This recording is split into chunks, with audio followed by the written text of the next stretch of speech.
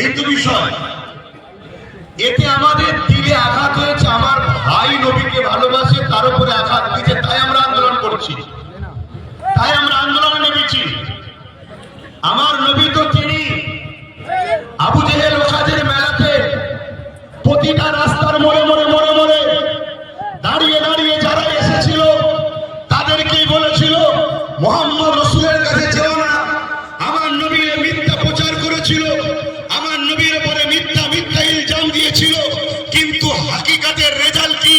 আবু জেহেল যাকে যাকে নিষেধ করেছে সে আমার নবীর কাছে এসেছে, সে আমার নবীর আখলাক চরিত্র আদর্শে ইমানের কলেমা পড়ে মুহাম্মদ রাসূলের উম্মতের দলে ঢুকে গেছে। জোরে বলুন সুবহানাল্লাহ।